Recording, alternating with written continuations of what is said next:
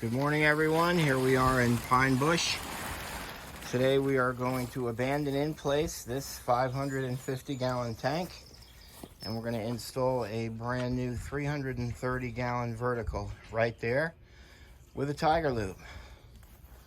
So we've got that Gia Ripper out here because we do not use any heavy equipment when we do abandonments in place. So I'll try to clear a 40-inch by 40-inch opening so we can get down to the top of the tank, cut our access hole, and begin our work. We'll level this ground. We'll dig into the virgin soil, level and set our blocks, and we'll trench over to here. We'll drill a hole through the foundation to send our line. We'll bury our line 18 inches, and the work begins.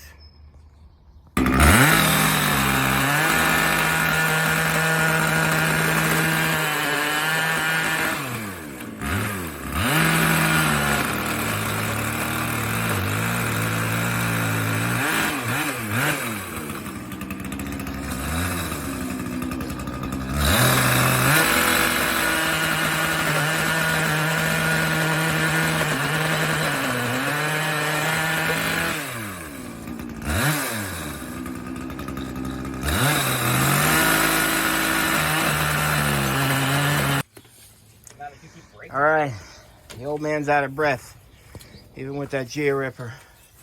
So we got Mike. He is putting together the drop tube for the tank. We got Craig setting the first block, which gives you your measurement and your starting height to install that tank with just almost a bubble off on the pitch. We've got Jammer over here.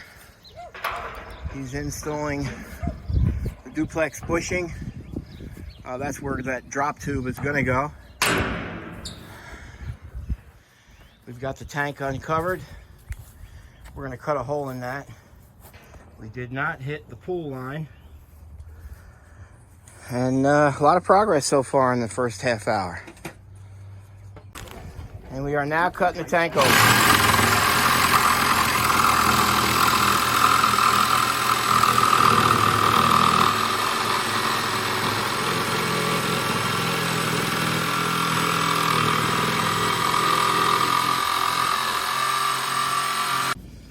Okay, tank's cut open.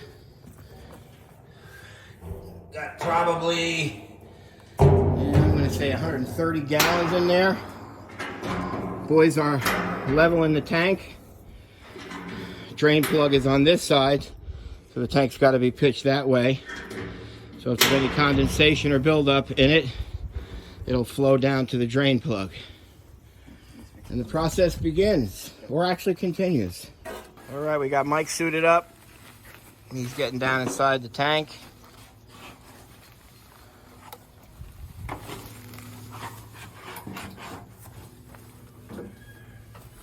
I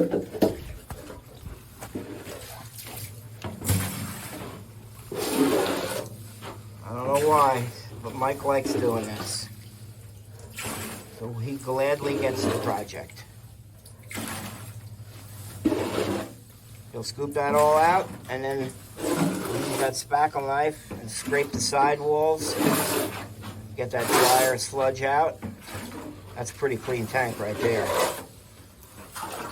That's a good fuel distributor when you see not a lot of sludge buildup on a 20-year-old tank.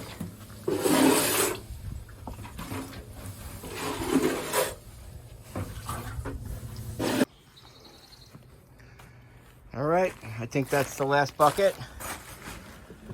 And now Mike will get some pads, thoroughly dry it. We'll do our visual inspection here because Pine Bush does not require an inspection by the local code enforcer. That's why it's important to make sure you hire a licensed environmental company, because we can do an inspection and then sign off on it. And if you ever sell your property or anything becomes an issue, the fact that you had a licensed environmental company do the project, there won't be any issues at closing. All right. I don't do this often, but down inside the tank here, you can see this tank's pretty good shape.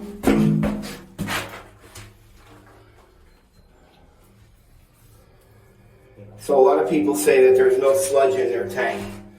The reason why there always is sludge in the tank is because this is what the drop tube would look like coming down. It comes down to the bottom of the tank, and then it's pulled up about 6 inches. So it's at 6 inches that you're always going to get sludge buildup, condensation, water. So every tank that we go to will always have sludge in it, even if it's an above ground tank.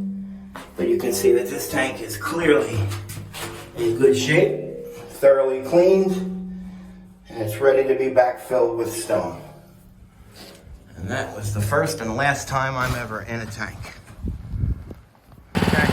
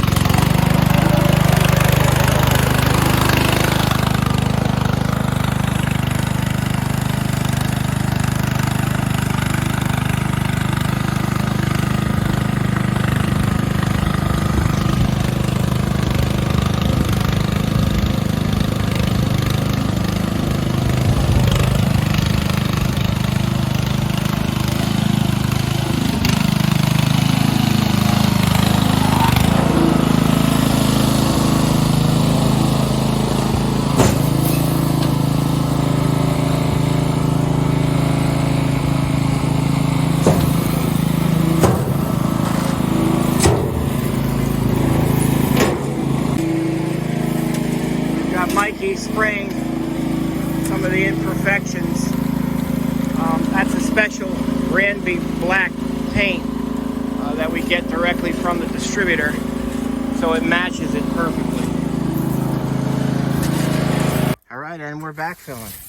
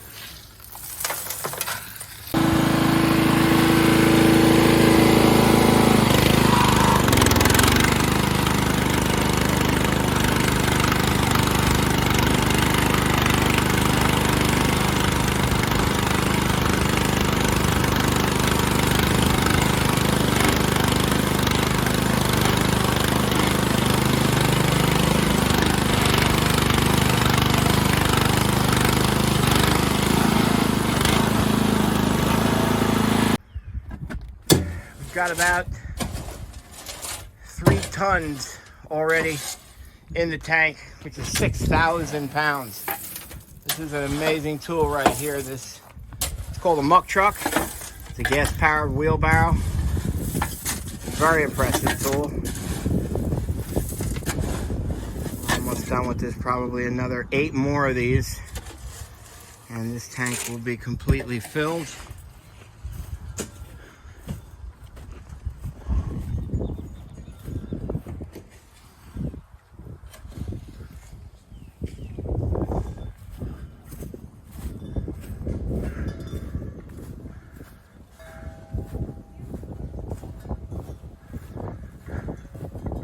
How's it going, Craigie? Good.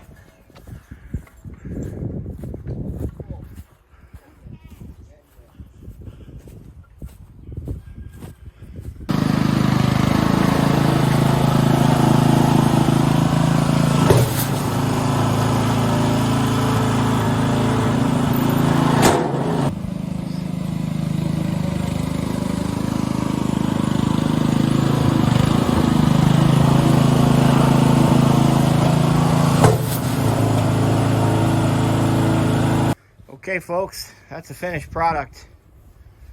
Another happy customer. Mike's throwing down some seed now. Of course, quality seed, not contractor seed. Tank's installed. And as always, another fine job by Tank Masters Environmental.